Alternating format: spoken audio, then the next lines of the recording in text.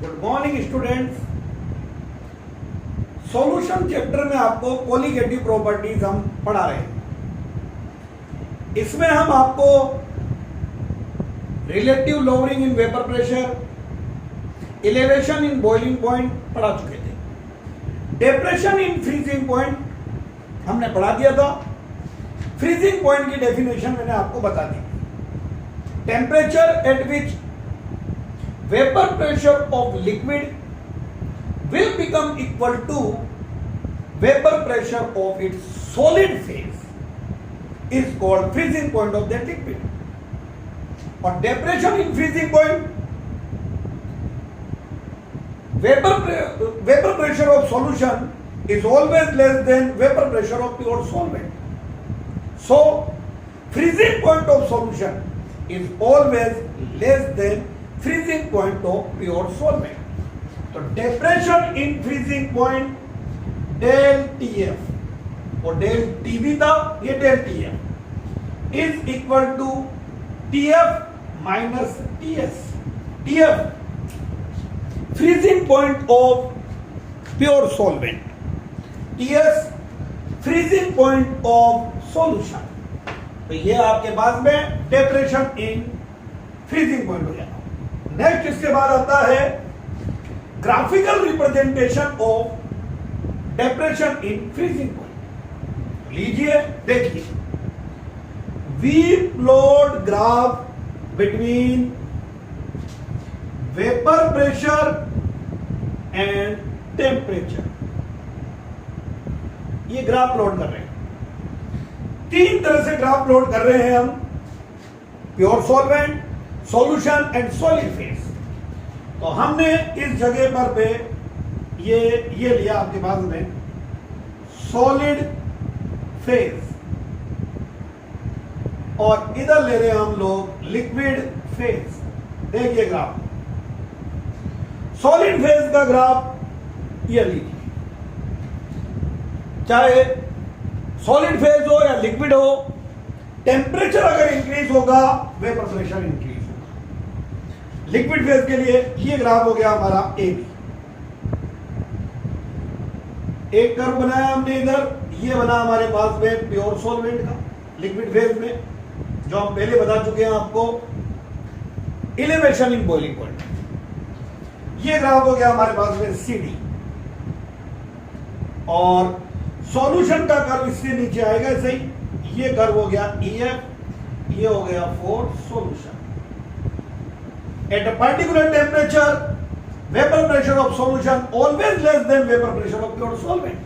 वो pure solvent से हमेशा कम होता है, तो इसलिए उसका कर्व हमेशा नीचे आएगा। तो सॉल्यूशन का कर्व आ गया, और अब टेम्परेचर कम कर रहे हैं, तो टेम्परेचर कम, वेपर प्रेशर कम, और ये यहां इस जगह पे ये पॉइंट हो गया हमारा एक्स।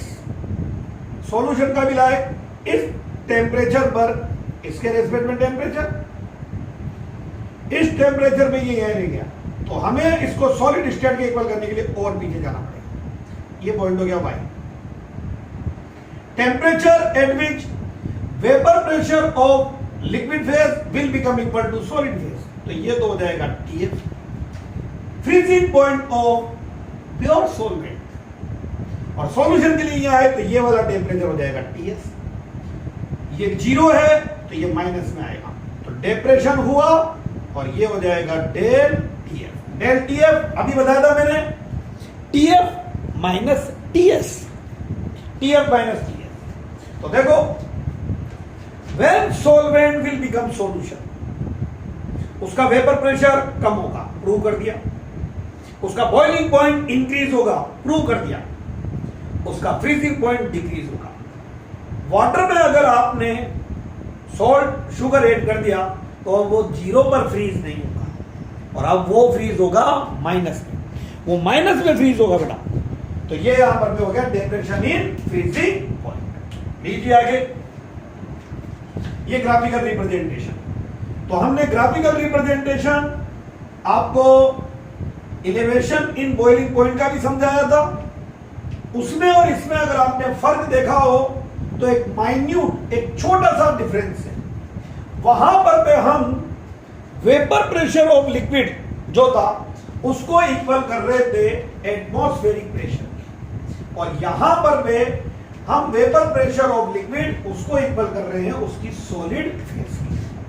देन इसके बाद में आता है इसका expression for depression in freezing point, इसके लिए ले रहे हैं और इसको बोलते हैं क्रायोस्कोपी। तो बोलोगे वहां क्या था, इबुलियोस्कोपी।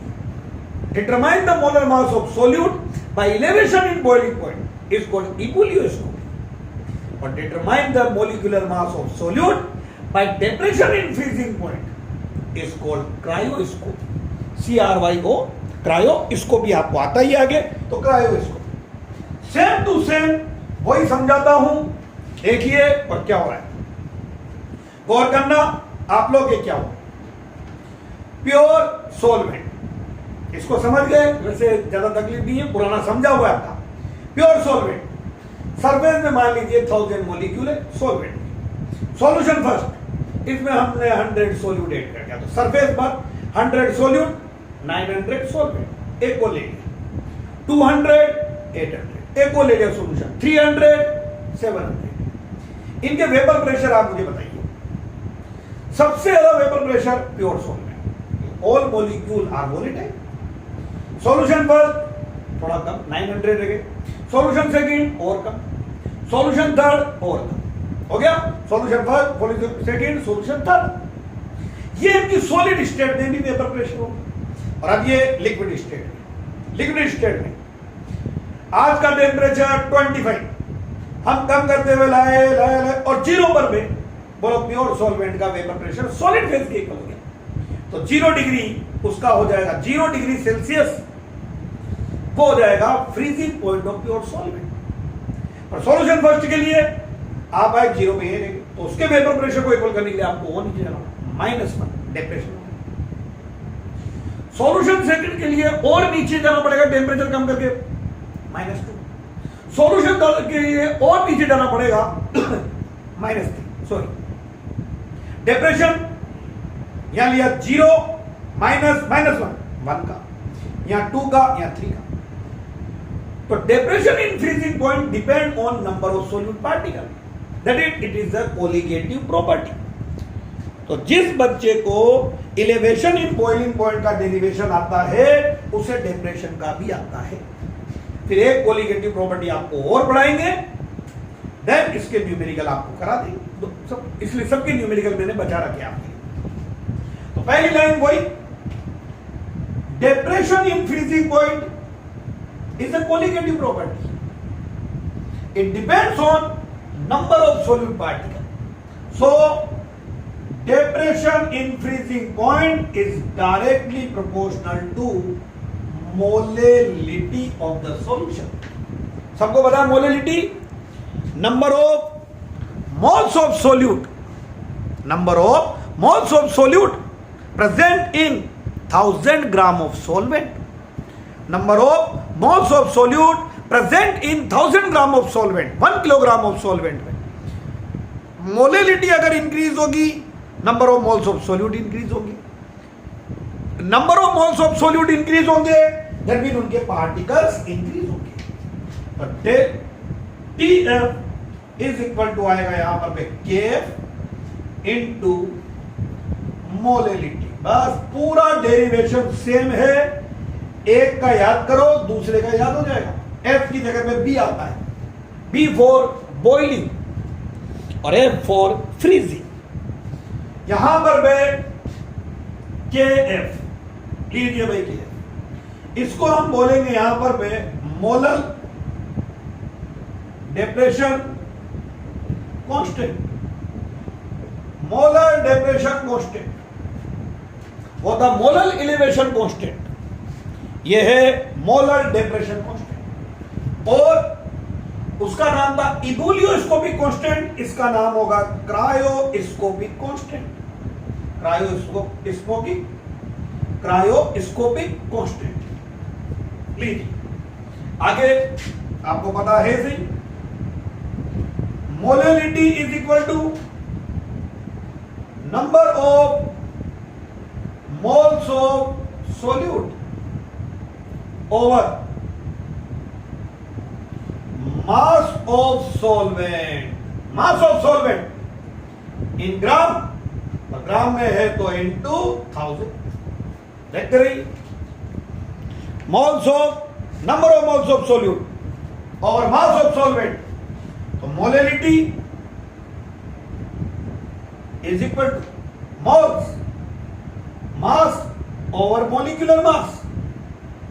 mass of solvent का symbol capital W into 1000. Value put कर दो तो del TF is equal to, बोलिए भाई, KF into small w small m mass of solute molar mass of solute mass of solvent into 1000. थोड़ा rearrange कीजिए तो del TF is equal to 1000 KF small w small m capital W. लीजिए भाई, same formula है बिल्कुल वो का वही, बस यहां पर देखा del TB 1000 KB small w small m capital W. ये आ गए आपके temperature in freezing point.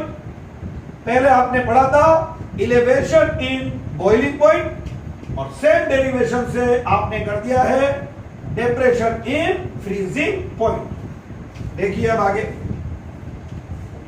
Molecular mass अगर आपको इससे डिटरमाइन करना है तो मॉलिक्यूलर मास आप इससे डिटरमाइन कर सकते हैं. लीजिए, molar mass of solute is equal to 1000 KF small w del TF और ये कैपिटल W. लीजिए, del TF is equal to TF minus TS, जबकि डेल TB होता है TS माइनस TB, क्योंकि वहां इलेवेशन होता है, यहां टेम्परेचर हो रहा है. तो TF freezing point of pure solvent, freezing point of pure solvent, और ये हो जाएगा फ्रीजिंग पॉइंट ऑफ सॉल्यूशन. इससे निकालोगे आप डिफरेंस, ये आपके पास में मोलर मास ऑफ सॉल्यूट आ जाएगा. सेम टू सेम जैसे आपने वहां पर भी एक टर्म पढ़ी थी, डिफाइन, बोर्ड में आ चुकी है 1 मार्क्स में, molar elevation constant. Same to same यहां पर भी आपको एक टर्म पढ़ना है, और वो टर्म है मोलर डिप्रेशन कांस्टेंट. लीजिए next term, molar depression constant. Molar depression constant जिसको हम बोलते हैं KF. तो इसके लिए डेफिनेशन बनाते हैं, और cryoscopic constant, cryoscopic constant formula याद है इसे, del TF is equal to same definition में down 1000 KF small w m capital W. थोड़ा सा याद कीजिए, देखा आपको कंडीशन याद आ जाए. अगर आपने प्रीवियस वीडियो देखी है तो आपको 100% याद आएगा. वहां हमने मोलर इलेवेशन कांस्टेंट जो है उसकी डेफिनेशन में, यहां condition if moles of solute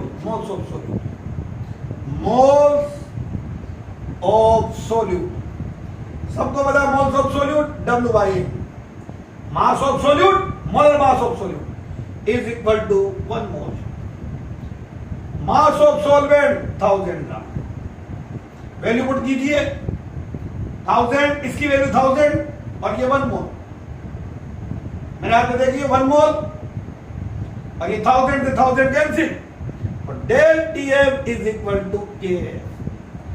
वहां पर मैं बना था del TB is equal to KB. Definition वो की भाई, when 1 mole of solute dissolve in 1000 gram of solvent. When 1 mole of solute dissolve in 1000 gram of solvent, बोलिए, जैसे आप सोल्यूट ऐड करोगे सॉल्वेंट में, इट विल बिकम सॉल्यूशन, तो उसका फ्रीजिंग पॉइंट में डेप्रेशन होगा ही होगा. तो depression in freezing point is called molar depression constant for that solvent. When 1 mole of solute dissolve in 1000 gram of solvent, then depression in freezing point is called molar depression constant. इसी को हम molar depression constant बोलेंगे. जैसे वहां क्या बोला था, when 1 mole of solute dissolve in, when 1 mole of solute dissolve in 1000 gram of solvent, then elevation in boiling point, elevation in boiling point is called molar elevation constant. तो हमने उसको molar elevation constant बोला था. और यहां पर भी when 1 mole of solute, when 1 mole of solute dissolve in 1000 gram of solvent, freezing point कम होगा, then depression in freezing point is called molar depression constant. लीजिए, और ये आपकी 3 कोलिगेटिव प्रॉपर्टीज होगी. एक चीज और है, एक इक्वेशन होती है bond of equation, bond of equation, bond of equation for KB and KF. ये डेरिवेशन आपके कोर्स में नहीं है, डायरेक्ट इक्वेशन दे रखी है. केबी अगर आपको निकालना है तो वैल्यू दे रखी है इसके लिए M R TB square over 1000 del H vaporisation. ये इक्वेशन होती है इसके लिए. Same to same bond of equation में केएफ के लिए होती है M R T F square over 1000 del H fusion. ये केवल इक्वेशन दे रखी है. ये बॉन्ड ऑफ साइंटिस्ट था, उसने इक्वेशन दी थी. फॉर डिफरेंट सॉल्वेंट उनके लिए केबी और केएफ की वैल्यू कैलकुलेट करनी है. आपने चार्ट बना रखा, याद नहीं करना है. इक्वेशन से केबी के लिए M R TB square over 1000 del H vaporisation. M molecular mass of solvent, जो भी सॉल्वेंट, वाटर 80 वाटर का H2O, बेंजीन 78, C6H, अलग अलग सॉल्वेंट के लिए. R universal gas constant, TB boiling point of that solvent, 1000 del H vaporisation, molar enthalpy of vaporisation, molar enthalpy of vaporisation for that solvent. तो उस solvent के लिए केबी की वैल्यू आ जाएगी. केएफ वही molar mass of solvent, R universal constant, freezing point of solvent 1000, और ये है मोलर एंथैल्पी ऑफ फ्यूजन. तो ये बॉन्ड ऑफ इक्वेशन है. इन इक्वेशन की हेल्प से आप अलग अलग सॉल्वेंट जो है उनके लिए केबी और केएफ की वैल्यू निकाल सकते हैं. पर वैसे कांस्टेंट है, आपके जो न्यूमेरिकल्स आएंगे उनमें इनकी वैल्यू आपको दी जाएगी. जनरली वाटर के लिए फॉर वाटर केबी की वैल्यू जो है वो है 0.52 केल्विन किलोग्राम मोल इनवर्स. और फॉर वाटर केएफ जो है उसकी वैल्यू होती है 1.86 केल्विन किलोग्राम मोल इनवर्स. ये वैल्यू आपको वैसे न्यूमेरिकल आएगा तो उनमें दी जाएगी, पर ये इस इक्वेशन से निकालिए, बॉन्ड ऑफ इक्वेशन. ये आपके 3 कोलिगेटिव प्रॉपर्टीज कंप्लीट हो चुकी है. और देन 4th कोलिगेटिव प्रॉपर्टी आती है, लास्ट वाली, ऑस्मोटिक प्रेशर, जो आपको नेक्स्ट वीडियो में पढ़ाते हैं. Okay, thank you.